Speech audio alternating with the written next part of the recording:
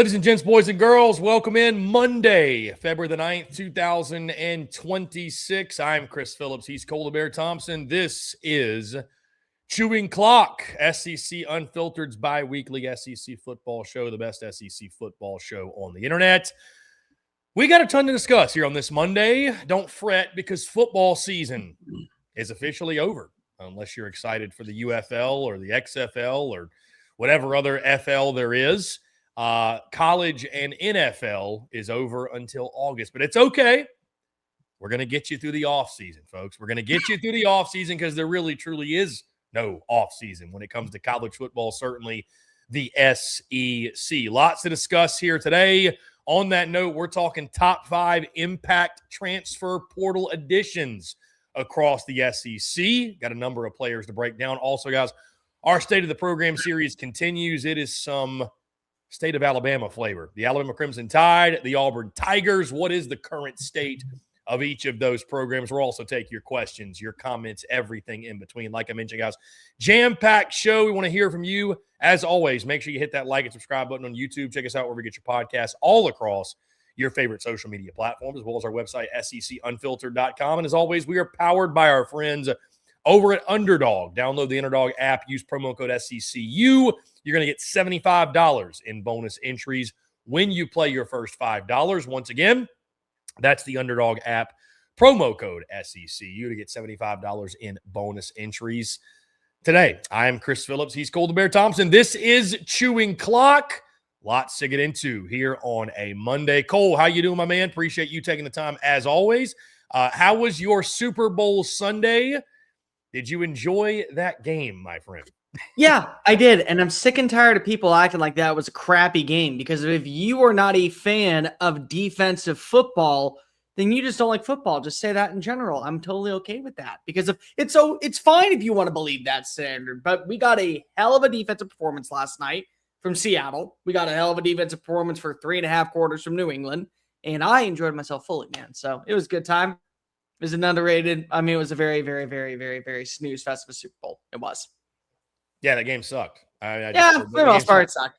The chatter around that game more revolved around the halftime show shenanigans, which I'm not going to get into at all, because I've seen and heard from more people about their takeaways on the halftime show than I really would care to see and hear from, to be totally honest with you. But no, that game tried to have a little energy, a little bit of spark late in the game, but yeah, you know, I did in that game pick Seahawks to win straight up, but I thought the Pats would cover, but that was just never. Did you really?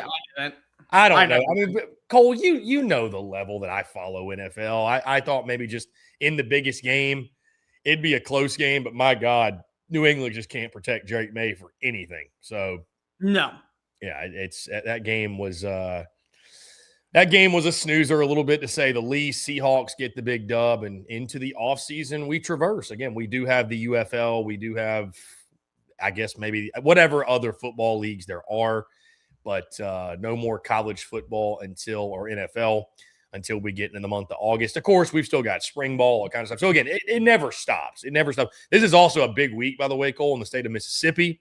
We're going to find out what Trinidad Chambliss' status is for the 2026 season officially. I'm assuming Joey Aguilar's decision is looming right around the corner, so we've got that to pay attention to. And, hey, spring football is actually around the corner. I don't know if folks still pay attention to spring football, but if you tune into us, you will be paying attention, because we're going to break it down, talk about it. Let's make spring ball great again. Some people are still having spring games. Thank goodness. Texas including is one of them. So excited for spring ball for sure. A couple quick questions and comments. We see you guys in the chat. Guys, Sandman says, for the love of God, don't rank us number one in anything until next January after we win it all. That coming again from the Texas perspective. John Bro says, are you saying Texas is the next Indiana? I love the slight there. I think that's a joke. Our guy, Miss Terry's Bathwater, Go Big Orange. Appreciate you tuning in. Napoleon Cornelia Hottie Toddy from Pascagoula, Mississippi. John Bro says, go Tigers. Let's see who else. David Speaks is in here representing the Vols. Chaz Coleman and Amari Campbell should be considered, because we are talking top 5 impact transfers. I agree. That's a good name. John Bro says Jordan Seaton. That's a good name to throw out. Very good name. Very good name. On that note, we'll get into it. Guys, really quickly before we get going, Really excited to announce again, we got a couple housekeeping items. YouTube community features are coming very, very soon. I'm actually working on building out a Discord for those who want like a premium experience. Again, we're not going to be taking away anything, and it's going to be a very inexpensive experience, like $1.99 or $2.99 a month. But for those who want a little bit extra, who want emojis in the chats, who want stuff like that, and again, who want a Discord access, that is going to be something we're going to be rolling out via the YouTube community feature. So just stay tuned for that. We're going to be happening this week. Also, the podcast feeds. I've actually got a meeting with the Simplecast folks today. So Chewing Clock, you'll be able to get that very, very soon on its own unique podcast feed, which again, I think will make the experience much better, much simpler, much easier to get to the content you guys all want to get to, which is SEC football chatter at SEC Unfiltered 24/7. 365. Cole, on that note, let's go ahead and get into it again. We got a lot to discuss. Really fun topic that you and I came up with. Obviously, the dust has essentially settled on the transfer portal cycle.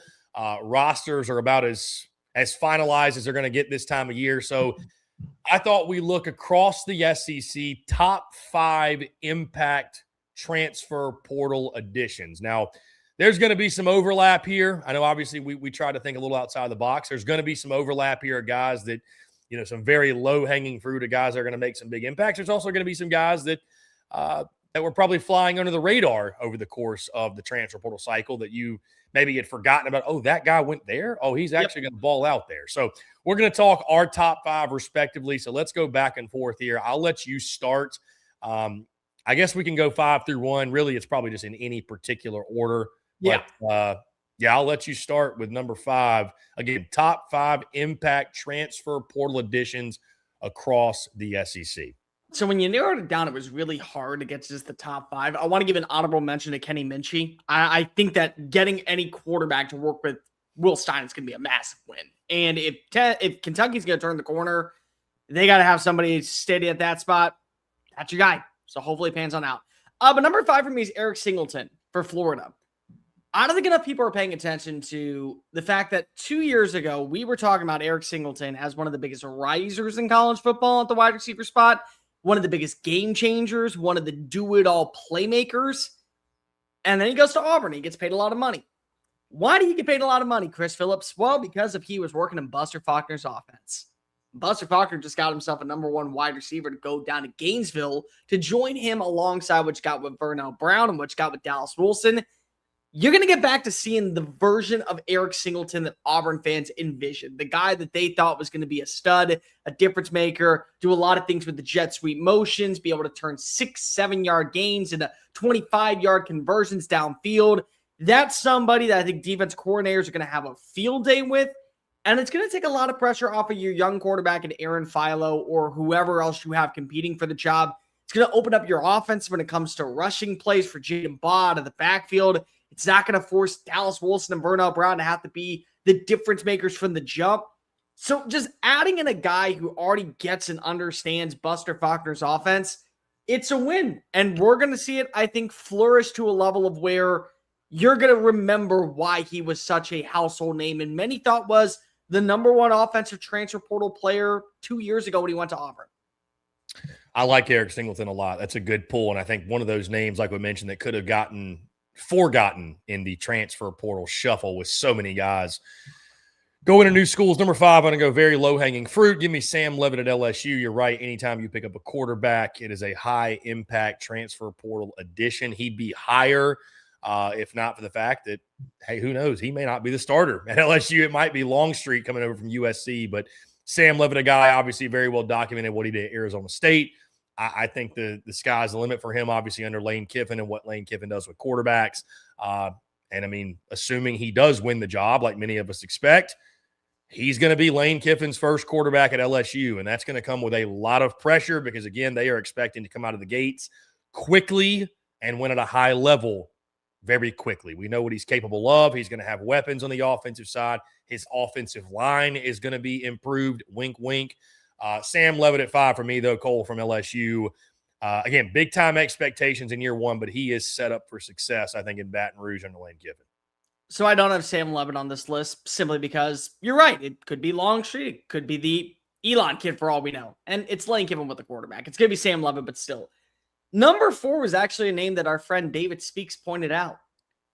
I'm going to go with Chaz Coleman from Tennessee. I don't think enough people are talking about what his impact is. So last season didn't do a lot for Penn State. Really wasn't a guy that was a fixture of their defensive line. Got in a little bit here and there, but he was a 5-star talent. And when he went to the portal, everybody wanted him. Everybody. Ohio State went after him. North Carolina went after him. Miami went after him. Georgia went after him.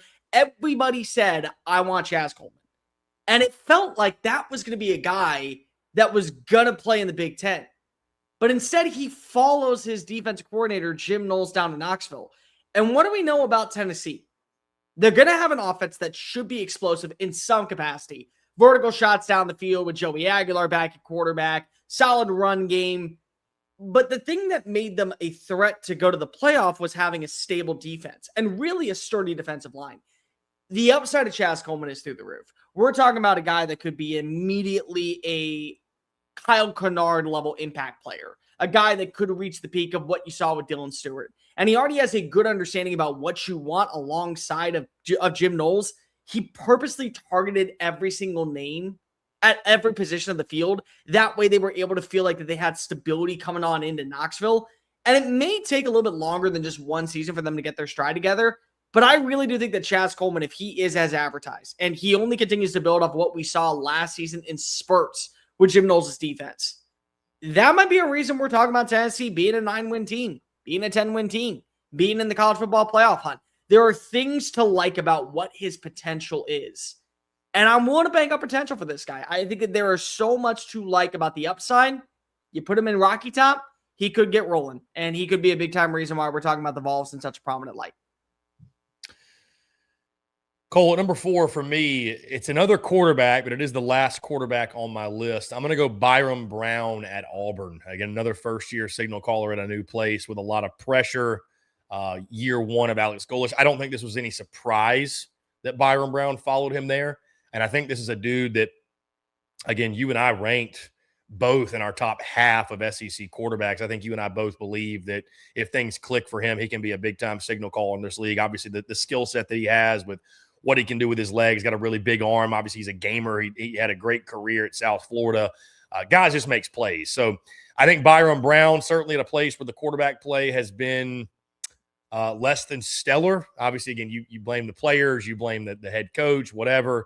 I think Byron Brown is a guy, for the first time in quite a while, Auburn fans will get to watch somebody under center that's exciting, that puts them on the edge of their seat. So give me Byron Brown at 4. Again, anytime you got a brand new quarterback and a brand new coach, that's a really important position to be in. Auburn's going to look for a quick turnaround themselves. So I like Byron Brown at the 4 spot.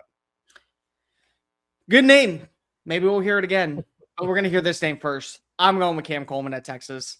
I think that, yes, it would be very easy to go ahead and say he belongs at number 1 because the ceiling is he's the best player that comes to the SEC this year or stays in the SEC and changes locations.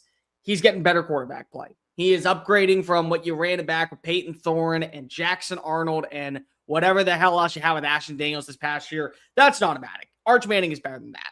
There are some things I want to see with this game change. He's got to become a more fluid route runner. I think that he's got to open up his repertoire when it comes to his cuts, his feedback, his open field reception ability. But you get a 6'4" playmaker that's going to win 99.9% of his battles. That's just a win in itself. He's going to an offense that knows how to cater towards wide receiver play. And the best thing is that you also have a proven concept with the guy in Steve Sarkisian running the show with transfer portal wide receivers. You bring in Adonai Mitchell, he becomes a first-round talent. You bring in Isaiah Bond, he helps out in the passing game. You bring in a Matthew Golden, he becomes a first-round talent. So it's just a proof of over and over and over concepts of dude's going to be more fluid. Dude's going to get better when it comes to his overall concepts. Dude's going to be able to do a lot more in the open space. And he upgrades a quarterback. And he gets to be the number 1. We're talking about a guy that has had over 1,500 receiving yards in 2 years. Brother, he should be getting that on the regular per season. Like, that should be a common theme for a Cam Coleman. And now you get him in a Steve Sarkisian offense. I expect to see that happen, absolutely. Cole, it's a good pull. Like you said, maybe we'll hear that name again. At number 3 for me, and this is a name we might hear twice as well. Give me Jacarius Peak, the NC State transfer heading over to South Carolina. I think for them, like many, it all starts obviously in the trenches. That's what this league is built around, and getting Peak was a huge boost. Obviously, Lenoris Sellers, we know about what he's capable of at the quarterback position, but he's got to have some help, and he's got to have some protection. He's got to have some run game. Listen, Peak isn't going to solve all of their problems, but landing him was really big. Cole, you talked about before, essentially everybody wanted this kid, and for the Gamecocks to step up to land him. You've got a brand new offensive line coach. You revamped your offensive line with so many new pieces. But to land Peak, that was really the cornerstone. I think one of the cornerstones of their portal class, if you will. So, it takes 5 guys to have a solid offensive line, but this one is a really, really big piece to have on that offensive line. Protecting Lenoris Sellers, again, opening running lanes. Their foundation of your offense, you're only as good as you are inside out. Jacarius Peak is a guy that's going to go a long way in helping them build that foundation up front and get that offense back going and help Lenoris Sellers play to what we both know his potential is. Because obviously last year you give up the most sacks in, I believe, college football. It's just a recipe for disaster, and that's exactly what it was. So Peak was a massive pickup for them up front. Jacarius Peak is a peak name. It's also a peak performer who may find his way up to the mountain peak of Cole Thompson's list, but we'll save that for later. Number 2 is Byron Brown. It is. Byron Brown is, let's just look at the accolades real fast. Number 1, he's the only returning quarterback in college football with over 3,000 passing yards and 1,000 rushing yards. So pretty good numbers that you saw at the G5 level. Number 2, he's going to an offense that he already knows. Why? Because it was the same run he ran down in Tampa. All he's doing is going to the SEC. Number 3, this is a night and day different quarterback and the style of player that you have running the offense on the Plains than you've had the last 2 years underneath Hugh Freeze. So another major win. Number 4, this is a guy who I think has all the intangibles to be a run-first play design option that is not afraid to tuck and run and get some hard yards, and then 2 plays later, let it fly 30 yards down the field for an easy score. Number 5, this is a dude who stands 6'3", 235 pounds that will Mack truck you into oblivion and keep drives alive. And right now, Auburn is going to be fine defensively because if they did not lose G.J. Durkin. Offensively, they need a complete and total beneficial shift. He is not the only player that is good enough to be able to lead this team to a college football playoff appearance. But I'll tell you what, you're not going to the playoff if you don't have a quarterback that, number 1, people believe in, and number 2, people believe can get better. I believe that Byron Brown can only get better learning underneath Alex Golesh. I think that Byron Brown can only get more improved and more confident playing in the SEC. Oh, and just for good measure, if you don't think he can win in the SEC, he already beat Florida in the SEC. So this is a guy that is going to be able to make that transition. I will not be shocked to see him be at the top 3 of our list of quarterbacks next season when it comes to an end, and we're talking about the guys who impress the most. Both of us very high on Auburn signal caller Byron Brown. At number 2, Cole, you've already mentioned this one. I've got Cam Coleman heading over to Texas from Auburn. Yeah, listen, Cam Coleman's a guy. I put him up this high because I think the impact that he can have can really shape the SEC race and the college football playoff race as well. If he is that dude for Arch Manning, obviously complimenting Ryan Wingo and becoming what he should have been this whole time, which is one of the most lethal playmakers in not just the entire SEC, but all of college football. Obviously, his talents were not on full display all the time because of the porous quarterback play calling, et cetera, et cetera. I think Cam Coleman can break out, easily have a 1,000-yard season, be one of Arch Manning's favorite targets. The size, the speed, the agility, just the pure raw talent that he has. It is a massive, massive impact portal addition. I think Cam Coleman's going to hit the ground running again. Arch Manning got Arch Manning throwing to him. I think he's going to be an immediate impact guy for the Horns. And again, is going to help that offense really hit the ground running in the 2026 season and, maybe lead them to the SEC title game. And who knows, maybe a run to the national championship. The number 1 player for Cole Thompson, the most impactful transfer.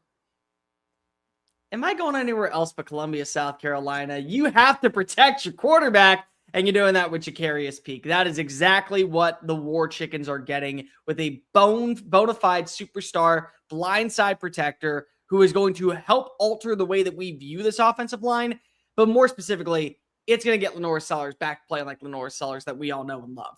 Let's just call it as is. This was the most sought-after offensive lineman in the portal. Everybody wanted him. Miami wanted him. Alabama wanted him. Texas was willing to pay big money for him. And South Carolina said, you are not leaving Willie B until you sign on the dotted line. I'm canceling all my other trips. I am coming to be a part of what happens at Willie B on a Saturday, and I'm going to make this offense better. He was one of the best offensive linemen in college football last season. He was one of the best offensive linemen and tackle prospects at NC State last year. He's going to learn underneath Randy Clements. That's a big-time deal. Randy Clements has done a good job of keeping quarterbacks upright at his time at TCU. And this is a guy that could have gone anywhere in college football. And he saw the vision underneath Shane Beamer and Kendall Briles and said, that's where I want to be. I want to be a part of this program, protecting this quarterback and upgrading what should be a team that is invested, motivated, and all in to strike in 2026. When you get him to commit to you when he had offers from LSU and Alabama and Miami and other major programs, that's the winner.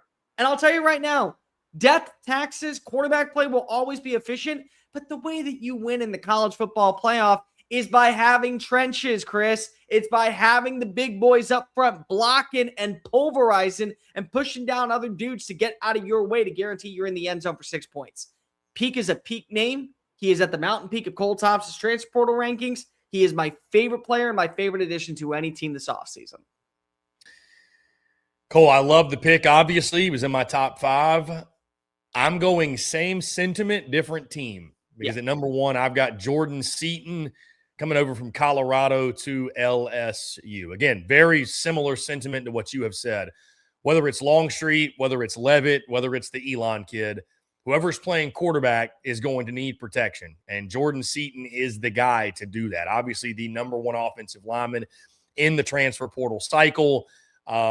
What has been LSU's Achilles heel offensively the last couple of years? It is offensive line. They've been soft up front, flat out. They've just been soft. Again, Jordan Seaton is one player. It's not to say he's going to solve all the issues, but he's a pretty good place to start. He's a pretty good foundational piece. I mean, Cole, when we think about high-impact transfer portal additions, this kid is being considered, and maybe this is a little bit over-exaggerating, obviously, but like I've saw some people talking about this kid saying, you know, was this the missing piece for LSU to win the national title or compete for the playoff or compete for the national title in 2026?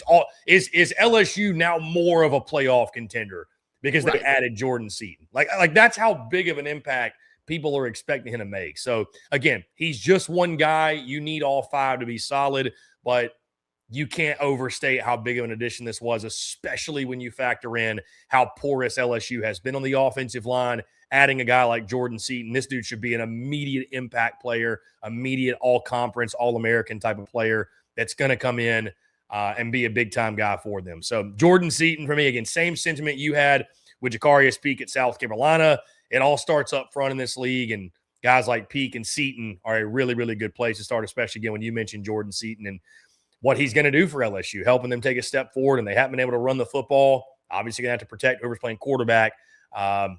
And we know how Lane Kiffin loves to run the ball. That is really the foundation of that offense. Seaton's going to go a long way in helping them do that. So, again, same sentiment you had with the Gamecocks, but, yeah, it's Jordan Seaton for me at number 1.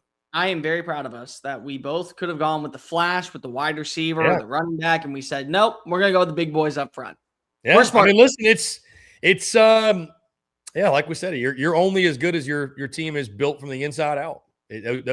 Those big uglies don't get all the credit and love they deserve, but boy, when they're not good, it's pretty notable. So, because there's going to be somebody out there that comes up with their top 10 list. They'll go, oh, it's this quarterback. Oh, it's it. No. It's the dude protecting them. That's the reason why you're in the championship. Yeah. So once again, our top 5 impact transfer portal additions. Cole Thompson's got at number 5, Eric Singleton at Florida, 4, Chaz Coleman at Tennessee, 3, Cam Coleman at Texas, 2, Byron Brown at Auburn, number 1, Jacarius Peak at South Carolina. I've got number 5, Sam Levitt at LSU, 4, Byron Brown at Auburn, 3, Jacarius Peak at South Carolina, 2, Cam Coleman at Texas, and number 1, Jordan Seaton at LSU. Guys, we'd love to hear your thoughts, who you think the most high-impact transfer portal players are in the SEC. Cole, I'm looking for the comment. I'm looking for the question. somebody had here we go. Turkey Slammer, a.k.a. Miss Terry's Bathwater. Is Byron Brown, the best quarterback that Auburn's had since Cam Newton? Said Bo wasn't all that good over there. Marshall was barely a quarterback. You think Byron Brown could be the best quarterback they've had since Cam Newton? Yeah, I think he could. I don't know if he will. And it also depends on what do you envision, because there'll be some people who say Nick Marshall taking you to the national championship is the second best quarterback, and you end up going like 9-3.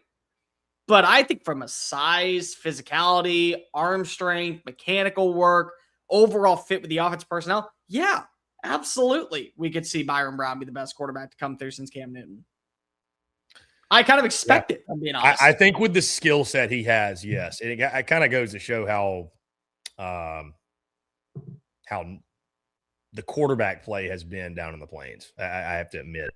They've made it work. But, yeah. So, John Bro makes a good point. Championships are won in the trenches. You are very right, my friend. You are very, very right. We know that. Hence why we both have offensive linemen as our number one impact portal additions. All right. We're going to keep it going, guys. State of the Program series officially continues. We've got two fun ones, Iron Bowl flavor, Alabama and Auburn. Before we get there, guys, do want to tell you about our friends over at Underdog, because as always, we are brought to you by our friends at Underdog. Guys, prepare yourselves. Cole Thompson, prepare yourself for the basketball ad reads, because football season's officially over. Fast breaks, buzzer beaters, block parties are back. Underdog is the best place to get in on all of the action. Guys, playing on Underdog, super easy. Just pick whether your favorite players are going to go higher or lower on stats like points, rebounds, steals, and more. Get your picks right, and you can win up to 5,000 times your cash. Guys, of course, you're going to be seeing a lot more basketball plays from me, especially as we get close to March Madness. It is a very, very fun time of year that we are embarking on. March Madness is going to be a big, big part of that, a big part of Underdog as well. So make sure you download the app today. Use promo code SECU to score $75 in bonus entries when you play your first $5. That's promo code SECU. Underdog, make picks, win money. Must be 18 and up, 19 up in Alabama, Nebraska, 19 up in Colorado for some games, 21 up in Arizona, Massachusetts, and Virginia, and present in a state where Underdog Fantasy operates. Terms apply. Concerned with your play, call 1-800-GAMBLER or visit ncpgambling.org. In Arizona, call 1-800-NEXT-STEP. That's 1-800-639-8783, or text NEXT STEP to 53342. In New York, call the 24/7 Hope line at 1-877-8-HOPE-NY or text HOPE-NY. That being said, let's keep it going, Cole. The State of the Program series officially continues. Today, we are talking the Alabama Crimson Tide, who in 2025 went 11-4 overall, 7-1 in conference play. And Cole, that is where we will start, because how did we get to this point? Well, year two of Kalen DeBoer, you would think on paper was a successful year. You made the SEC championship game. You didn't win it, but you still made it. You were the number one team in the SEC after the regular season with a 7-1 record and a win over Georgia. You also won a college football playoff game, might I add, on the road against the Oklahoma Sooners, avenging a loss that you had to OU in the regular season. Yet, Cole, here we sit, because you got blown out by Georgia in the SEC title. You got blown out by Indiana in the Rose Bowl in the college football playoff. Bear, we're going to get into the 3-year snapshot. And really, you could just call it a 2-year snapshot, because we're going into year 3 of Kalen DeBoer. But it is a very interesting feeling right now around Tuscaloosa, because the 2025 season certainly had highs. Once again, I think if you told Bama fans before the season, you're going to go to the SEC title and you're going to go to the quarterfinals of the playoff, I don't think they'd have been thrilled, but they wouldn't have been, I don't think, massively disappointed. They would have felt content. They'd have been content. Good word. There's just some very interesting, uneasy feelings right now after the way that season went. Well, it's because of the way that the games ended and the losses. I mean, you take out the Oklahoma game where, by the way, it wasn't a good performance offensively because you had the pick 6 and you had the 2 missed field goals. So maybe you felt like you should have won that game. You got blown out in every single matchup. It wasn't a close loss in any game. It was, we looked like crap against Florida State. a Florida State team that proceeded to go finish the year 5-7. And they really kind of made us quit. We looked like crap against Georgia in the SEC championship game, a team that we had beaten earlier in the year with nearly the same roster, minus no Josh Cuevas and no solid run game, which we didn't know we were not going to have that year. And we lose to Indiana. We lose to Indiana so bad that we have to go for it on 4th down in the second quarter in our own territory because we kind of realized at that moment, if we don't get it here, this may be the end of this may just be the end of the game. And they proceed to go ahead and beat up on everybody except for Miami, which probably was the best team outside of Indiana this year or consistently. But that's not really the point. The point is you don't lose that way in Alabama. And it's a standard, and it's a criteria, and it's a way of thinking and a way of life that you're not content with ever playing in. And unfortunately for Crimson Tide fans, they were spoiled to see always physical domination and always, we're going to beat you until you break. We're going to watch your soul leave your body, and you're just going to have to trudge your way back to the sidelines. And they kind of got a taste of their own medicine of what Nick Saban had done to other opponents for years, multiple times. And that's where you kind of lose it, is there were steps to where you feel like, yeah, you were kind of growing and improving, and you beat up on multiple ranked teams like in the month of October, and you had the longest winning streak against AP top 25 opponents, and it looked really good on paper. But then when you lost, it was bad. And then you go a step further and you look at the offensive line, and it's, okay, it really is not that improved as much as we want it to. And we can't run the football to save our life. And there are multiple games to where the play calling just was all over the place and erratic. And we had spurts where our wide receivers would just kind of fall apart and we wouldn't see them for games on end. And we could only trust one or two guys. Or, hey, Ty Simpson losing a little bit of confidence. He's starting to get hit a little bit more. He's playing not like he used to when he was a surgeon. And so all of those things started to compile, and it was like, this is not the Alabama I'm accustomed to seeing. I think it was a culture shock for a lot of people that not only could we look human, but also we could look like a team that if we don't play our best ball, 8-4 is not far-fetched. 9-3, it's a common theme. Missing the playoff and not playing in Atlanta, we could get used to that down here. And that's something that was never expected by anybody, including Kalen DeBoer, who was fresh off of playing in a national title when he signed on the dotted line. I agree with you, Cole, from the standpoint it was more about how it happened. I remember being at the SEC championship game, and obviously we all watched it. I don't think I'd ever seen Alabama get throttled like that. Yeah. Until a month later. And Indiana did it even worse. I believe that was the first time, that was the first time Alabama had lost a game by 28 or more points since like 1998. It was before 99. Nick Saban. It was before. I think it was either before Nick Saban. Yeah, it was either before Gene Stallings or right when Gene Stallings got there. Yeah, it was like in the 90s. Yeah, there was some bad history that was made this year. I want to ask you this again. You're as connected and tied to the Alabama program as anyone. Do you feel like because of the run Indiana went on, the way they killed Oregon as well, did that make Alabama fans feel any better about what happened? Yes and no. Because of yes, they killed everybody, and it made you feel like we were just like they were just another pawn in the victim of the long game. But also there are going to be people out there from Alabama. I'm not one of them because I just respect great execution and great delivery. But there are people who will say, I don't care if it's Kirk Cignetti with the Heisman Trophy winner and the elite of elite offensive lines. That's Indiana. You see that freaking logo? No, we don't lose that logo. That's a slap in the face. They could end up being the best team. We do not lose to Vanderbilt's and Indiana's and programs of that structure in the college football landscape. So it's like a double-edged sword because on one hand, it's a team that everybody looks at and says, hell yeah, they ended up beating everybody that way. And then there's the other part that says, but that still is Indiana and we're still Alabama and that should never occur. And we maybe made the wrong hire for that to occur to begin with. Cole, I want to move into the 3-year snapshot. I'm going to do this exercise for the sake of the exercise because we do this when every team we talk to. It probably is more reflective of where the program is in a 2-year snapshot because obviously when you go 3, you're including the last year of Nick Saban, so keep that in mind. But over the last 3 years, Alabama 32-10 overall, 20-4 in SEC play. Again, that does include the final year of Nick Saban in 2023 when you won the SEC championship. You lost to Michigan in the playoff, but, a pretty solid year, obviously. But again, we've come a long way since the end of Nick Saban. This is Kalen DeBoer's program now. You now have, Cole, back-to-back 4-loss seasons. I think that's what's really going to stick out. I believe the record would be in the 2-year snapshot, 20-8 overall record. You went 9-4 in 2024, 11-4 in 20.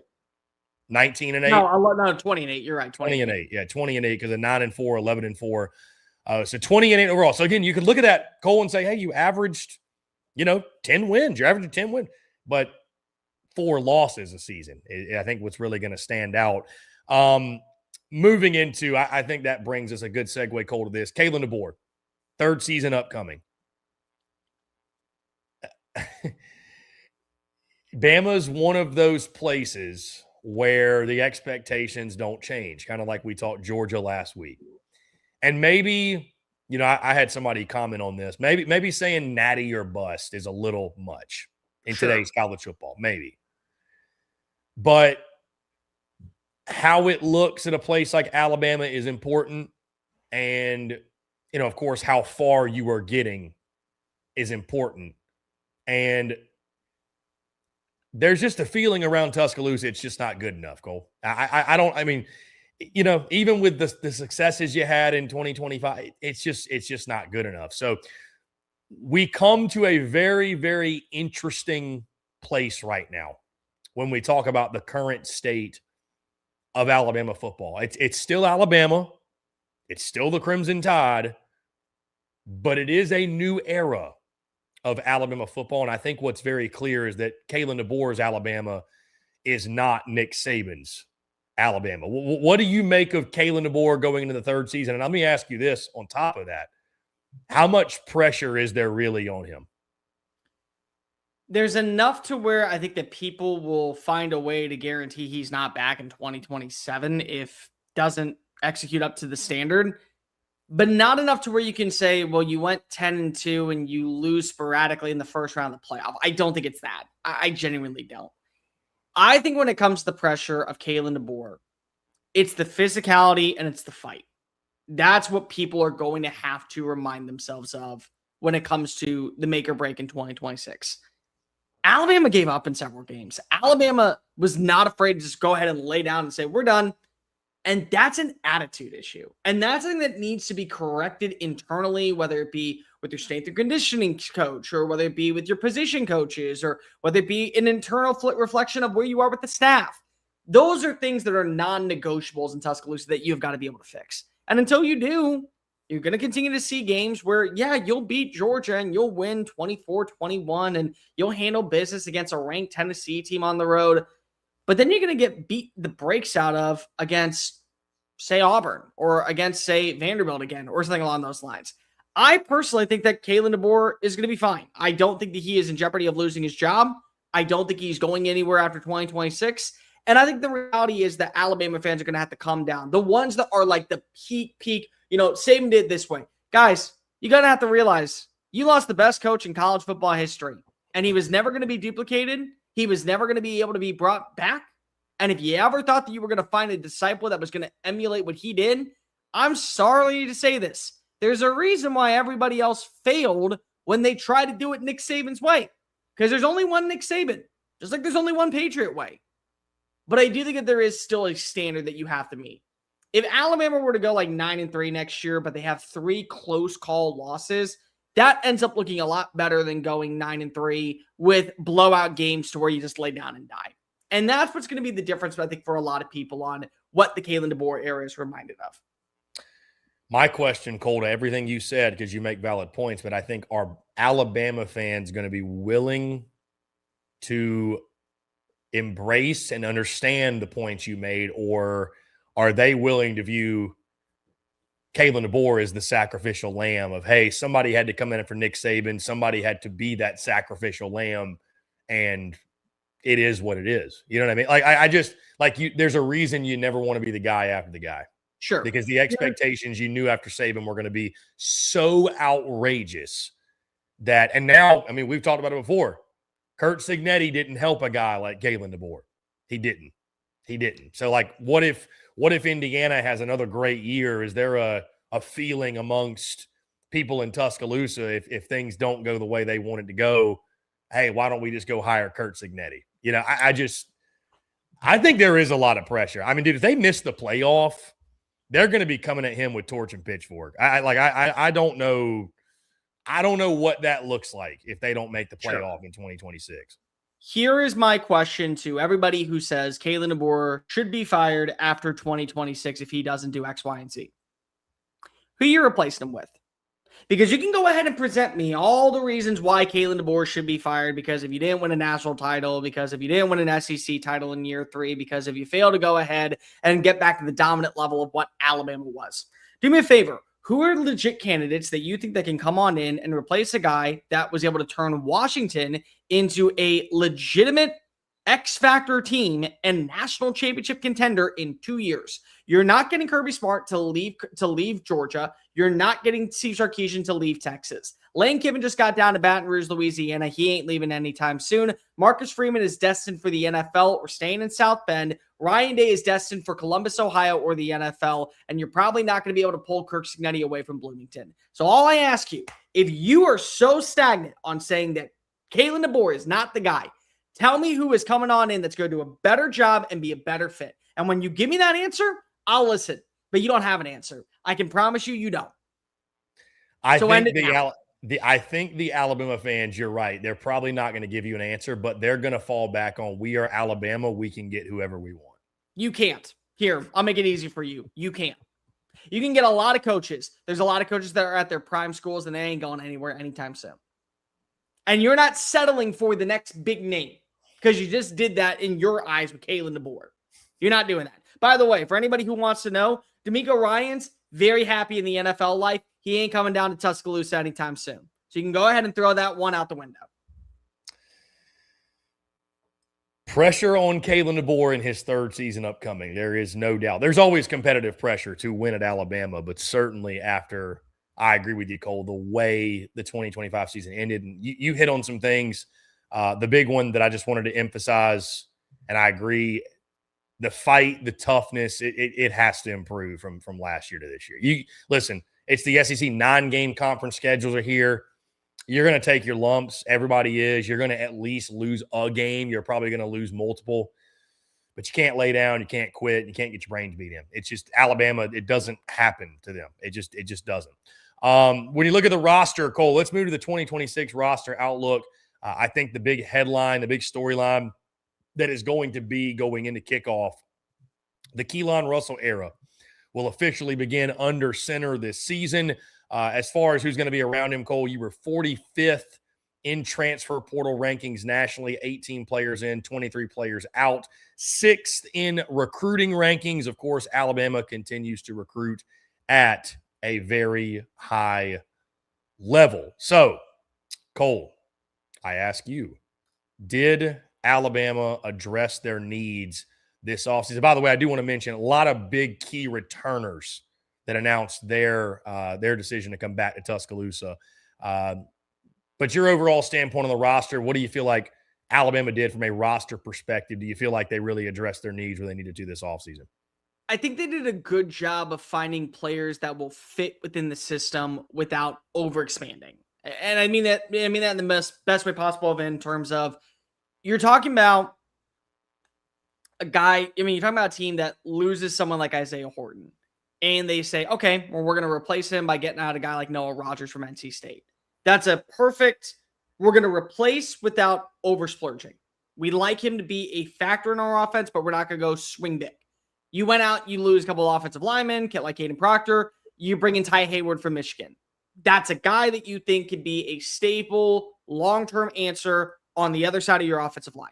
So the things that you were able to accomplish this offseason via the portal, I think were really smart for long-term plays of establishing foundation. And a lot of the guys that you went after were names that were either going to be pretty big upside fixtures or guys that you liked when you were recruiting them and they just didn't pick you initially. And I think that's always a good thing, that you want to finish second. What are we talking about all the time? When you finish second, that usually is your first phone call when things don't work out at the initial location. So to be able to land some of those guys, I thought was really prominent. I do like some of the underrated moves. The Virginia Tech linebacker, I think, could be a really nice fit. He was a safety that's moving down toward the box. So he's going to be more so known for his coverage ability that can allow you to be a little bit more dominant when it comes to the trenches play. I think that the losses are maybe a little bit oversaturated. Like Keelan Keeley was one that a lot of Alabama fans were upset about. I get it, but I also think that you're going to be fine without him. Quay Russaw was one that everyone was like so freaking out about. I get it. I think that you'll be fine without him. I think that losing a guy like James Smith, pretty big loss. Not the end all be all. You'll feel content with a bunch of new starters coming on in. I think that you have a good wide receiver core together next year. You know, you're asking Ryan Williams to step on up and be that X factor, but I think that he can be that guy from the get-go. I think that you're asking some younger guys like Josh Ford, the tight end from Oklahoma State, or Caleb Edwards, the sophomore, to come on back. Those are going to be some big names that you want to help out your quarterback. But I think overall this is a solid team. It's a very unproven team in certain positions, but unproven doesn't mean it's bad. It just means that it's an unknown going into the year. You give them 15 practices this offseason. You let them go through the workout regimen. You get them caught up to speed with how they do things down in Tuscaloosa. This may end up being one of the more slept-on rosters going into 2026. Like, I see most people ranking Alabama 13 or 14 or even 16 in their way too early top 25. So I'm like, okay, be ready to eat some crow because it's coming. I promise you, it's Alabama. It's coming. Yeah, they're still loaded with talent. I think they did pick up some sneaky good pieces in the portal call. I think you put it really well. They did not overspend. I thought they got some impact guys that, again, sort of flew under the radar. Do like the Rogers kid a lot from NC State. Also like the Umeozulu kid from South Carolina, edge player. I thought was a pretty solid player for the Gamecocks that didn't I don't think really flash his true potential there. So they picked up a lot of guys like that. You couple that with a lot of big-time returners. And, of course, Keelan Russell's a big story for a reason, Cole. They need him to click at a really high level. And the offense will be a big story under Kalen DeBoer in his third season. Cole, as we always do, one word to describe the current state of the program. This one should be fun. Would you like the honors, or do you want me to start first here? I'm going to let you go first for this one. Okay. Cole, one word to describe this current state of Alabama football. Alabama is mortal. And what I mean by that is, stay with me now, a little Disney reference for you. You might recall in the movie Hercules when he essentially was a god and then he's given the potion by Hades and it turns him mortal. And he's still got like 1% of God left in him, but right, he is mortal, right? He can be killed. That's what the 2026 version of Alabama football is. You're still Hercules. Like, we haven't forgotten who you are. At one point, you were hanging amongst Mount Vesuvius with all the others, all the greats. You were the god of college football, it seemed. With Nick Saban, you were untouchable. You were impeccable. You were perfect. It was winning wasn't the way, it was the only way. It was the only thing you ever knew. You didn't know heartache or pain or struggle or anything. I mean, you lived in the penthouse for over a decade, and you're still Alabama, but you're mortal now. Yeah. You can be killed. You can be wounded. You can be injured, as we have seen. Again, it's still Alabama. It's still the Crimson Tide. I still look at Bama as one of the elites, but you're not what you were. And I don't know what that means moving forward for Kalen DeBoer and his future. And I don't know if Alabama fans are willing to, embrace that, Cole, in the new era of college football. That's just maybe who you are. That's who most teams in college football are. I don't think there's going to be one program that just runs this sport. Nobody is going to do what Nick Saban did. Nobody's going to have the run that Alabama had in this era of college football. But you are mortal. And I don't know if Alabama fans in the short term are going to be able to embrace that and accept that. And Kalen DeBoer might be the one who has to suffer because of it.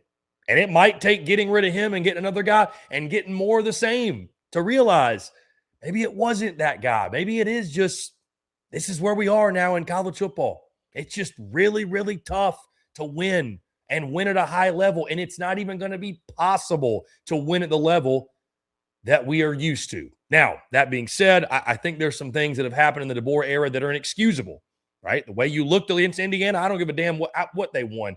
Inexcusable. Losing to Florida State, inexcusable. Losing games you shouldn't. I get it. There's reason to have frustration. But Alabama football, you're still Alabama. You go to Tuscaloosa, Cole, you feel it. Like you're still Alabama. You are. You are the mecca of college football. But you're mortal now. You can be injured. You can be wounded. You can be killed. You're not as untouchable as you once were. And again, I don't know what that means for the long term, but you are mortal now. So my word is ticking, because time is ticking on this era of Alabama football. Because it's going to end in one way or another. Either it's ticking towards Kalen DeBoer becoming the next big-time name in the Crimson Tide folklore of winning national titles, putting up Heisman Trophy winners, having All-Americans be the face of the league, and constantly being able to punch out first-round talent year in and year out. Or it's ticking toward the inevitable of you were always meant to be the guy after the guy and not the next guy. That's just what it is. And this season will truly define it. Because if Alabama is currently at this spot of where they still, as you said, run college football, or at least should be in that conversation of running college football. They didn't win a national title in 2021. They didn't win a national title in 2022. They didn't win one in 2023. And they didn't make the playoff in 2024 before getting back in 2025. It's been 5 years since they've hoisted up the title. But they're still in that conversation. I think that's fair. But the further we get away from Nick Saban's last title to how many years Kalen DeBoer has been on campus, this is now the Alabama that we're accustomed to. You're a playoff team that should get 10 wins, that should maybe even get to host a playoff game, and that's about it. That's what you're known as at this point. And as you said, down Tuscaloosa, it's one of those few places to where that's fine for a South Carolina. That's fine for an Ole Miss. That doesn't cut it in Tuscaloosa. That doesn't cut it at Bryant-Denny Stadium. So the time is ticking. You cannot afford to have games like you did against Florida State and against Michigan last season in the Citrus Bowl and against Georgia and against Indiana. You can't afford to have those performances. You cannot afford to have the performances of your quarterback looking really good in week 1, really good in week 2, Heisman Trophy contender in week 3, and falling apart by week 11. Your offensive line cannot afford to be continuously taking some steps back, which is why you brought in a new offensive line coach. You cannot afford to have your team look elite against a team like Georgia and then struggle against a performance like Vanderbilt. Like, you just can't have that anymore. And so it's ticking because of the version of Kalen DeBoer's Alabama for most will be determined this year. You have a 3-year window of figuring out what was here. You were really good against Georgia.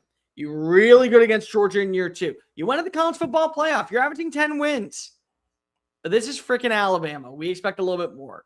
You can't give us more? Okay, we'll find somebody else who will. Oh, and by the way, you, Cole, think that they can't afford anybody because if it's a new day and age of college football, there will be somebody who says, I've been waiting to pay up. Go get him. Bring him on down from wherever I say. He won't say no to me. Yeah, especially Cole. I was just thinking while you were talking. I mean, you think we got Lane Kiffin now at LSU and all these new coaches in the SEC, and God forbid you lose to one of these first-year coaches, or LSU finishes ahead of you, or it's just boy oh boy, you are going to have to do some lobbying, I think, to convince people. And you're right, year 3 is when people are going to make the determination of what you are, fair, unfair, what have you. I mean, like you said before, Kurt Cignetti has ruined it for everyone because people are going to look at year 3 and say, brother, you've had plenty of time. You've had plenty. And I mean, I'm not even saying it's wrong because you're bringing in 30, rosters are getting completely flipped on a yearly basis. Like at this point, if you don't have it where you want it to be, it's on you. It's on you. So this is Kalen DeBoer's Alabama now through and through. There's no more really layover or whatever. Year 3 is the year. We've heard coaches say before, judge me on year 3. Year 3 is my year. I think you could say that for Kalen DeBoer. I don't know how much more time you could be asking for if it doesn't click this season. So, yeah, there's a lot of pressure. A lot of pressure to win big. Like you said, this is Alabama. Things are different. And we'll see if Kalen DeBoer, how he fares in his third season in T-Town. Well, guys, I'd love to hear from you, your thoughts on the Alabama program, current state of the program. What is the word you would use to describe where the Crimson Tide currently sit? That being said, guys, we are going to keep it moving. State of the Program series continues. We're going to go to the other side of the Iron Bowl and talk the Auburn Tigers. Before we do, guys, really quickly, want to remind you our friends over at Game Time are the spot to get your tickets. Download the Game Time app. Use promo code SECU, $20 off your first purchase. They're great for last-minute tickets, so whether it be basketball, it'd be baseball this weekend. Maybe you're getting an early start on your football tickets. Maybe you want to go to a UFL game or some of the other football leagues out there. Hockey, NBA, MLB, you name it, they've got it. One click of the button, you're in the game, guys. You can do it right from your phone. It's super easy, super simple. I use them for all of my tickets that I get. So, again, I encourage you to do the same. Download the Game Time app. Promo code SECU. Get $20 off your first purchase, and tell them that Chris and Cole from Chewing Clock and SEC Unfiltered sent you. All right. That being said, Cole, State of the Program series continues. We're talking the Auburn Tigers, a program in a state of transition. How did we get to this point, Cole? Well, it's been a rocky couple years. It's been a rocky couple years. Auburn went 5-7 in 2025, 1-7 in SEC play, and of course, the firing of Hugh Freeze was the result. Nothing essentially went right, Cole. And I will actually give you and I both credit. We don't take a lot of victory laps here, pat ourselves on the back, because, listen, we make a lot of takes. I'd like to think we get the majority right, but we also get a lot wrong. So I'm not going to sit here and nitpick and pick and parade around which one we get right. But you and I both were out on Hugh Freeze. We were out. We were out on Hugh Freeze going into last season.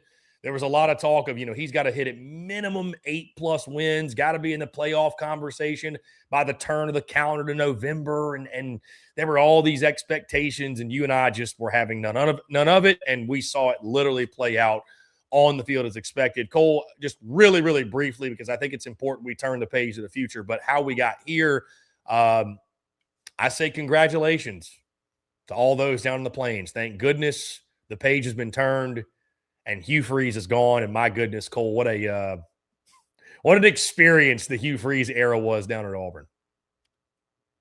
You haven't had a 9-win season in almost 10 years.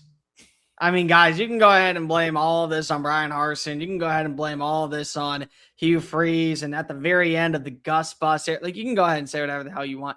Guys, you have not been near a college football playoff conversation in almost 10 years.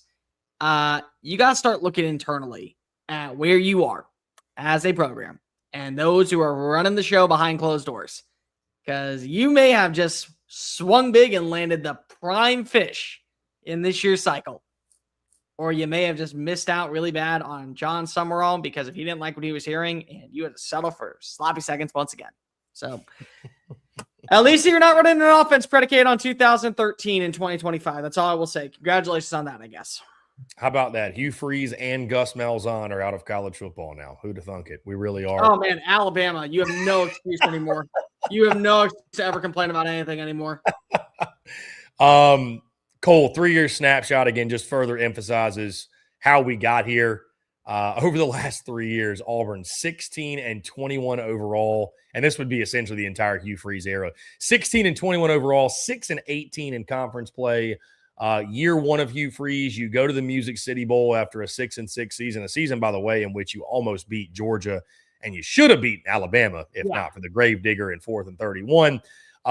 You lose the Music City Bowl to Maryland in that season, though, a game in which Hugh Freeze came out later and said, hey, we were busy recruiting. We didn't really put a game plan together. Well, it looked like it because you got killed. And then you go 5-7 back-to-back years. You don't even go to a bowl game. So, Cole, we don't need to spend a ton of time on that because that's in the past, brother. Because we got Alex Golesh now. Yeah. New head coach Alex Golesh, first season upcoming for him. A guy you and I both really excited about. Obviously, you look at his track record at South Florida. You look at what he did under Josh Heupel running those offenses. Heck, he had as many SEC wins last year as Hugh Freeze and Auburn did. He went to Florida and beat the Gators in the swamp. Cole, there's always excitement when you're turning the page and it's a brand new face and it's a brand new voice. And I think you and I both agree it was much needed. But what else excites you about Alex Golesh taking the reins down on the Plains? Yeah, two things. Number one, my apologies. 2017 was the last time you had a 10-win season. So 10 years almost since you've had a 10-win campaign. 2019 was the last time you had a 9-win season. Just want to throw that out there before someone comes after me in the comments. Number two, you get explosivity, dude. I mean, it is a night and day offensive approach that is going to be completely different than what you ran with Hugh Freeze. Hugh Freeze comes on in and he tries to go ahead and have the run and pound and ground and pound and vertical RPO style attack. When you're talking about Alex Golesh, it's all about the verts. It's all about letting it fly down the field. And it's about trusting your run game to set up the vertical passing attack. It's about mobility with the quarterback position, certain design runs to where you go ahead and you have him pile forward on a 3rd and 2 to gain 4 or 5. It's about tempo. It's about moving with consistency. It's about winning at the point of attack with being able to spread out wide receivers. There are things that were derived from the Josh Heupel offense that you brought on down to Tampa that really benefited, I think, more so in 2025 than ever because you went 9-3. But there were moments you saw it when Golesh was coaching against Alabama. There were moments when you saw it when he was coaching against teams like Memphis and teams like UTSA that at the time were viewed as better options, and they were having fits in the explosivity. And how many times we look back and talk about this offense being ranked number 1 among G5 opponents in yards per game and explosive plays and passing yards per attempt and explosive runs of over 15 yards downfield. And I think that when you hear all that, you got to remind yourself it was at the G5 level. It may not transition immediately, but just knowing that there's tempo, there's consistency, there's movement, there's high velocity. It feels like you're on a roller coaster and you're jolting and you're twisting and turning, and you didn't have that. It's just got to be a rejuvenational feel because if offensively, you've been a dud. And defensively, you've wasted talent. But you're not going to waste defensive talent when you have an explosive offense headlined by a guy in Alex Golesh. And you mentioned, too, one of the big wins for Alex Golesh. We'll get into our roster outlook in a moment. But, man, keeping DJ Durkin around as your who a lot of us thought might get the head coaching job. But yeah, DJ Durkin sticking around as the DC, that was a massive, massive win. Yeah, I'm excited for Alex Golesh, too. I'll tell you this, Cole, if nothing else, from the organization standpoint, the structure standpoint, no longer is Reverend Freeze in charge. I think there's going to be a lot of just relief in regards to, the every day to day. He doesn't play golf, which is a relief for Auburn fans, right? He's not going to be up offenses. I mean, like he'll run a 12 personnel look and then he'll run a 3 wide receiver look. He's caught up with 2025 lingo. I mean, you are right though. I think that it's a jolt because offensively that was their big issue. He's an offensive guy. A lot of Tennessee fans credit him for the success they had on offense under Josh Heupel. Or they're thinking, man, I wish we had Alex Golesh back. So yeah, from that standpoint, it's huge. And I think also there were so many things with Hugh that were just. God, they were just tough to listen to, tough to deal with. I think being rid of that, you almost think to yourself, man, it can't be as bad as that experience was. It can't. Just can't. Right. So it can't be as maddening as that was at times. And you got your quarterback coming back with him. So, again, another major win. Yeah, and on that note, Cole, you do have your quarterback as we take a look at the roster at this current juncture. You mentioned Byron Brown takes over at the quarterback position. You and I talked, obviously, our top 5 impact transfers. Byron Brown both for us in our top 5, certainly a guy you mentioned, correct me if I'm wrong, you mentioned the only player in college football returning 3,000 passing yards, 1,000 rushing yards to his credit. That's really impressive when you think about it. So a playmaker in every sense of the word, great place to start, build your foundation. That said, Cole, it was an interesting offseason for Auburn. Anytime you lose your head coach, there's going to be transition. Guys are going to leave. Makes sense. There were some that hurt a lot more than others. Example, Cam Coleman going to Texas sucked if you're an Auburn fan. You finished 64th in transfer portal rankings nationally, 39 players in, 36 players out, and you were 42nd overall in recruiting. So, Cole, I ask you the question, and I'll follow it up with a statement as well, and then I'll let you go. Did you address your needs from a roster standpoint? And also, I I think there were some out there that made a pretty good point, and I guess you could argue maybe are they pro Auburn, fighting for the Auburn side of things? But as you'd imagine, there was a lot of panic when guys were leaving. Cam Coleman left, Eric Singleton left. There was a lot of panic. And I heard multiple folks make good points in regards to, hey, like, the sky is not falling. You went 16-21, 16 or 6-18 with these guys over the last 3 years. Let's not shed a tear over guys that couldn't make a bowl game, right? Like, maybe you needed to revamp your roster, revamp the entire locker room, revamp the culture. I think those points are valid. I don't think that's crazy. Like, I don't, as much as it sucks to lose Cam Coleman, what did Cam Coleman do at Auburn? That being said, I can also see, Cole, how that's a little bit of a positive Auburn spin, and it is a rebuild in every sense of the word for Alex Golesh. So the roster is in a very interesting place, no doubt. Very, very interesting place. I like, it's weird because you're not replacing a Cam Coleman. Like, you're just not, from a talent perspective, you're not finding many built like him. And yeah, you could say that because of the attitude and things that were going on behind closed doors that weren't addressed, it probably was a good fit for you to both part ways. I get that. I do. But, like, don't sit here and sell me that that's a guy that we're going to be fine without. No, you're not. Like you're not. You just aren't. It doesn't mean that you can't find a way to duplicate the production there. It just means that you won't have that game-changing playmaker. For how much they had to attack the portal, I liked a lot of the moves they brought in. I think that there's a good understanding about guys that you already have a premier dialect of what you want to run underneath Alex Golesh. Like, they bring in their starting center, Cole Best. That's somebody who already has a relationship with Byron Brown. Massive win there. You're bringing in 3 wide receivers from USF, including Chaz Nimrod, Kayshawn Singleton, and Jeremiah Koger. And every single one of them will be like, well, they're coming in for the G5 level, Cole. Okay, well, the G5 level just produced Elijah Surratt and multiple other guys from JMU, and they won a national title. So I don't want to hear that can't be the case just because of, they are upgrading from, this spot to this spot. It's the SEC. Players play. If you develop properly and you're coached up, you're not going to lose any jeopardy of your job. Like, that'll be fine. Their offensive line is getting a bunch of new guys. They have 4 starters that are coming on in. They added in like 8 different units, all with proven experience from other schools. So it's going to be a competition down to the finish of who will be the starting 5. I like that. You didn't lose 2 of your main guys defensively, which I think is a major win. Xavier Atkins was a stud. He should have been an All-American. I believe he was a second-team All-American. He's somebody that I think that you're building around for the long term. Caleb Harris is back next year at strong safety. He was another really good player. Rayshawn Pleasant's back for another year, another really good player. And then quietly, they got some good, sneaky, under-the-radar guys. Like Jake Johnson, the tight end from North Carolina. Nobody's really going to know him. But I remember covering him when he came to Texas A&M with his brother Max Johnson. He's a playmaker. Like, if you get him out in space, the dude will be able to make plays in the open field. I don't know how many people remember the name Arlis Bodington, but he was at Florida. He ended up having a redshirt year. That's a dude who I think could easily fit well into this offense because of the way they utilize him. Bryson Washington. Everyone remember that name because Bryson Washington was a star running back in 2024 for Baylor.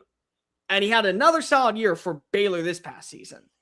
And now he's splitting reps alongside with Jeremiah Cobb.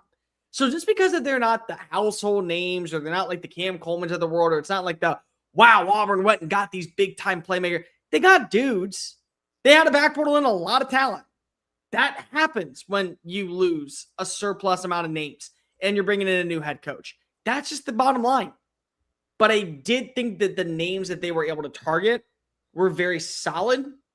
That doesn't mean that it's going to be able to turn you into Indiana 2.0 overnight. Yeah, it's going to be interesting, Cole. There are a lot of new faces on this roster. I mean, it's a lot of USF guys, as you'd expect, led by Byron Brown. You mentioned the Florida transfer, Boardingham, the tight end. He was a guy that flashed with them. I think could be a good pickup. So it's a lot of new faces. It's a lot of new faces. That being said, Cole, In closing here, as we always do, one word to describe the current state of the Auburn Tigers football program, a football program in a state of transition. Do you want the honors or do you want me to start? Yeah, I'll go first on this one. You're at an impasse. You are at an impasse. That's what you are.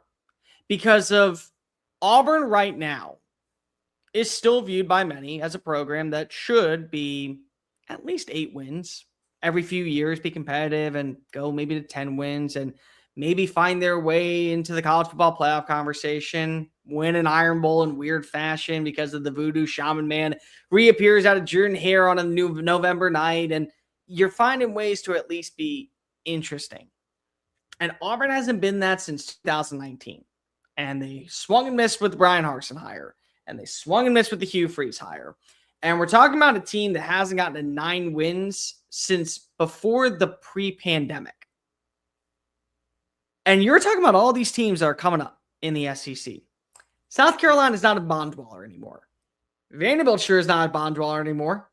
Kentucky may have nailed the hire with Will Stein. And they've shown you that they can be a little bit consistent. Tennessee has finally, I think, come back to its mountaintop of being at least a consistent 9-win team.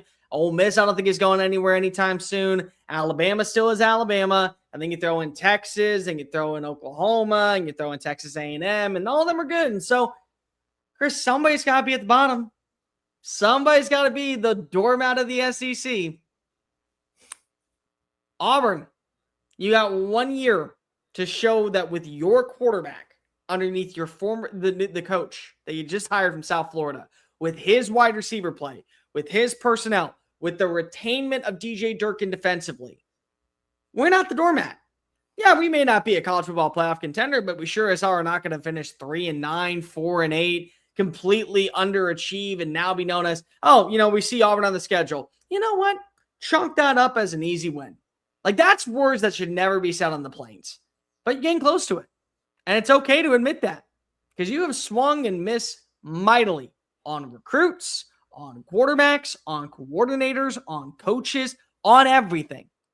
And you're kind of at a point of where it's just like, listen, if it quacks like a duck and it walks like a duck and it sounds like a duck, it's a freaking fraud. And that's what it is. So figure it out, guys. You got this season to kind of prove that you are at an impasse right now and that you could still remain one of the more competitive rosters in the SEC. Cole, I'm going to go with desperate as my one word to describe the current state of the Auburn program. I just think they're desperate to get back to relevancy and get back to competing. It has been such a tumultuous last, what has it been? They haven't finished above 500. I think they have not had a winning season since 2020. 6-5 that year. And you were 6-5 that year. They're just desperate to get things rolling again to any capacity, to even just be above average, just slightly above average. I think you're in desperation mode. This is not an indictment, what I'm saying, by the way, on Alex Golich or anything like that. I just think the fan base as a whole is like, dude, just give us something. Just give us. This is a fan base that is starving for any sort of success. I mean, you talk about a fan base that has been put through the ringer the last 5 or 6 years, whatever it is Auburn. One thing I want to add to this, Cole, and I'm playing a very dangerous game here. They may never invite me back onto the Plains after I say what I'm about to say. I want your take on it because I don't do what now? They hate me there, so it's fine. I don't mean this as like a slight or a dig at Auburn, but I noticed this when I went there. The last 2 times I've visited for football games, because it's like the way Auburn carries themselves, the way the fans carry themselves, the way they talk about the program, the high expectations they have with the program. Like when you go there and you go into a bar down in Auburn, you'd think you'd see like national title plaques everywhere. And I remember walking into a bar and I saw the national championships. 2010 and like 1950 something. And brother, I'm not counting the 7 bullshit titles that they claim. I'm not doing that. I could go off on a whole tangent about that. I'm not counting those. Sure. I'm counting the 2 you actually won. Cole, again, I'm going to get ripped to shreds for it. I don't care. Auburn has one of the most, in my opinion, self-inflated images of themselves. Them and Texas A&M are probably the 2, but Auburn's right up there. From the standpoint of, like, we talk about Auburn on a yearly basis like they're supposed to be this elite program. My question to you is, are they? I mean, are they an elite? Like, they're supposed to be an elite program? I think they think they're supposed to be Alabama. And it's like, I think you're just probably supposed to be an 8-win per year program, probably knocking on the door of 9. If we're talking over the course of a decade, realistically, how often you should be going to the college football playoff, I think 50% would be killing it. I think 30% is probably more realistic, Cole. But I think Auburn carries themselves as if they should go to the playoff every year. And I don't know why. I mean, I understand, like, when it's good there, it's great. Jordan Hare, one of the best venues. You could argue it's the best in college football when it's right. But I don't feel like it's been right consistently enough to where that should be the expectation. So to me, they have a very self-inflated image of themselves, and I don't understand where that has come from. So here's my theory when it comes to the Auburn stuff. Auburn's boosters are pushing the narrative because of they're willing to spend the money. That's what it is. There's one person in charge, and he will yell a wood to let you know who is running the show down there. And he says you're competing alongside with recruits with Georgia and Alabama and Tennessee. And you're getting recruits, the ones that are looking at Georgia and Alabama. And you play Georgia and Alabama every single year. And because if you're getting the recruits and you're getting the people and you're getting the names, you're supposed to compete just like Georgia and Alabama have. And Alabama's won a national championship, multiple, and Georgia's won a national championship, multiple. And a couple things. Number one, they're not patient. Number two, they also aren't, in my opinion, willing to kind of fix the error of their ways internally. They don't think that they're the problem with how things go behind closed doors. Because currently, here's what I've seen. I've seen you overpay for Gus Malzahn to get him a brand new contract extension. It became one of the largest buyouts in college football history.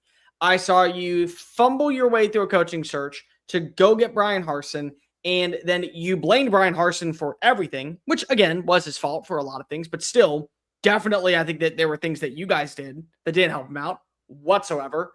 You went and you hired Hugh Freeze because that was somebody that initially you thought should have been the hire from the get-go, and that failed miserably.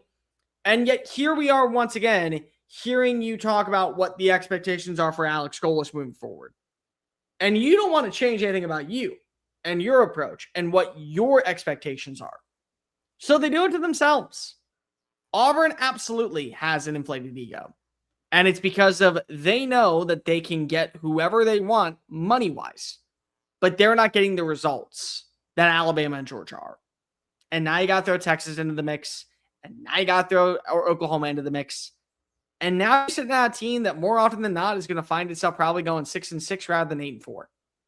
And 8-4 used to be something that was probably going to end up being a move that I think you were to be okay with, but it really wasn't fine. Now you got to be okay with 6-6. You just simply do. Because it's going to happen if you don't fix some things internally immediately. Yeah, Cole, 8-4 used to be a record that not just Auburn, but many schools in the SEC could celebrate.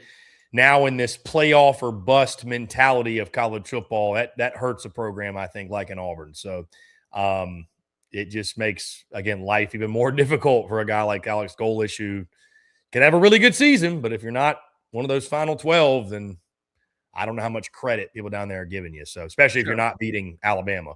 Guys, on that note, we'd love to hear your thoughts. How do you define where Auburn football is right now, the word that describes the current state of the program? Would love to hear your thoughts. On that note, Cole, before we get out of here, let's take some questions. Let's take some comments. If you guys have got any, make sure you drop those. Also, if you want to shoot us a text, shame on me for not telling you guys earlier or not promoting it earlier. You certainly can do that. The number is going to be 629-777-5759. Once again, that's 629-777-5759. Sandman says, high expectations at Auburn. Those are so unwarranted. They've been unwarranted, but that's the problem, is that it hasn't changed internally for the fan base and for the people who are writing the checks. It's been unwarranted. This isn't new. It's never been new for them. Sandman says, honest question, compared to some of the upper echelon affluent programs, example, Texas, A&M, does Auburn have money or are they kind of poverty? I think they've got money, right? I don't think they're the richest program in the conference, but they've got Auburn some has money. They have money. Now they have one major booster. Yellowwood, but they right? have money. What? It's Yellowwood, right? Yeah. Yeah. They have one major booster, and he is not afraid to go ahead and open up his paycheck. See Auburn be successful. But he is not seeing a lot of success. Yeah. I mean, listen, if you can afford to pay a guy like Jackson Arnold $1.5 million, you have money to burn. you have money to burn. All the respect to the guy, J.A. Let's see. John Bro said, don't forget about BK being out of college football, Chris. You are very correct. You are very correct. He is out. John Bro says, was Golish Auburn's number one choice? I do not believe so. Yeah, I don't believe so. But I was told it was John Summerall. And then John Summerall made it clear he was going to Florida. Yeah. Yeah, I do not believe that that's the case.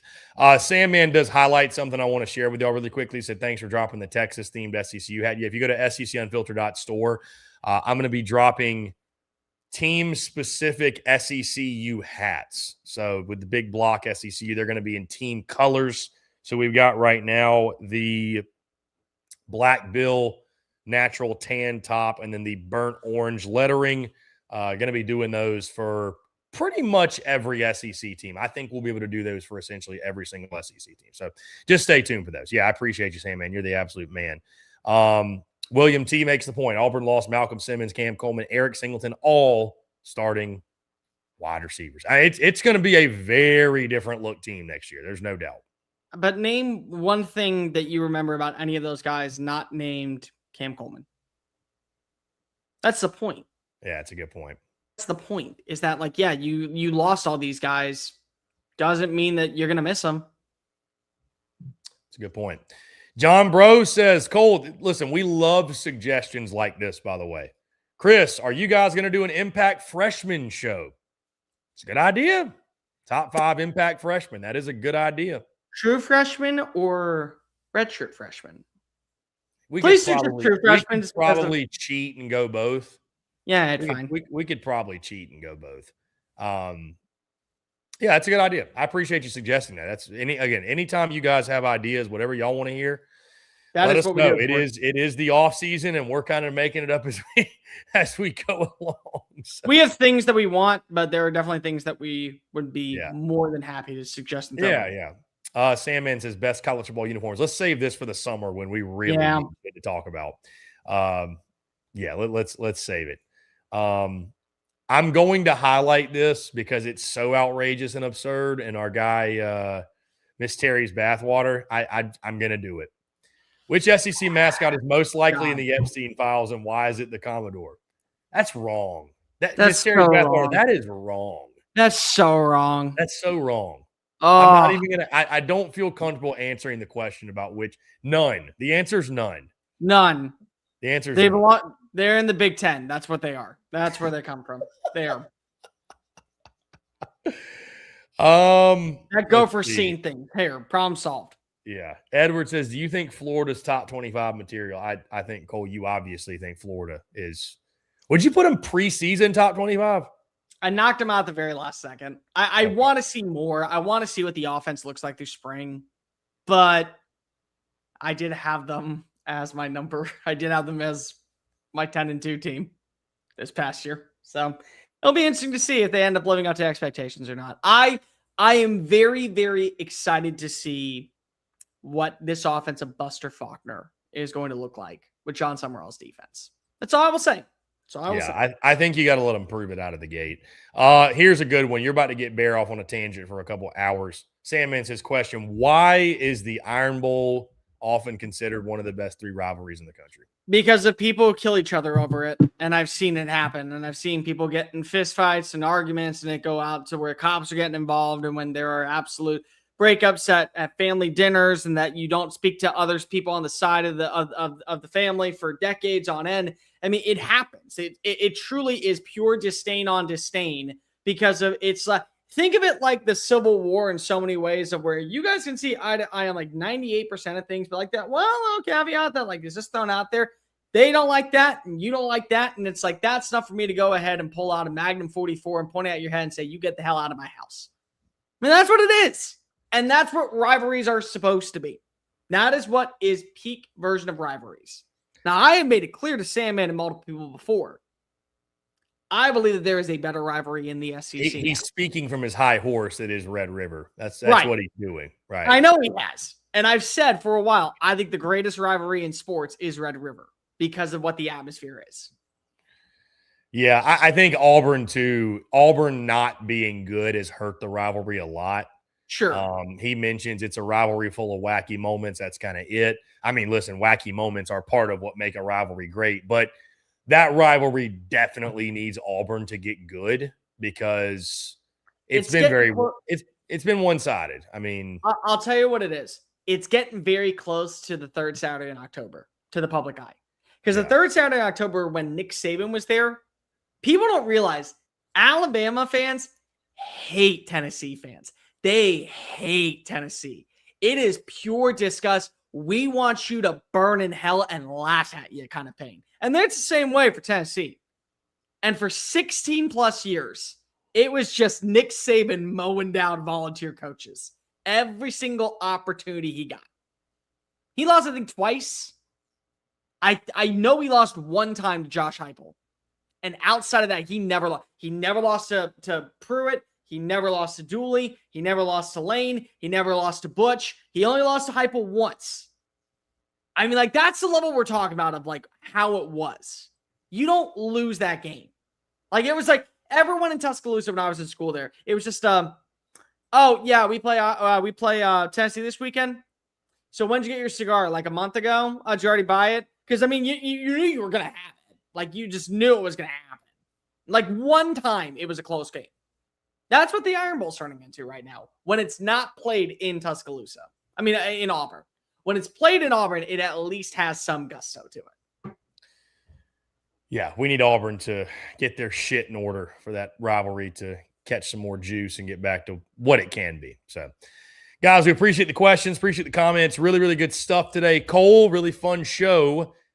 Stay tuned for our show on Wednesday. John Bro, you may have inspired the topic. Who knows? Either way, guys, we really appreciate y'all tuning in. Every Monday, Wednesday, 2 o'clock Central, you can catch myself and Cole Thompson here on Chewing Clock. In the meantime, guys, make sure you hit that like and subscribe button. Check us out wherever you get your podcasts, all across your favorite social media platforms, as well as our website, SECUunfiltered.com. And, of course, stay tuned to all of our content bleeding out of the eyeballs as always. Listen, we may not have another competitive football game in college or NFL until August, but damn it, we're going to be here with you every single step of the way. Stuff to talk about.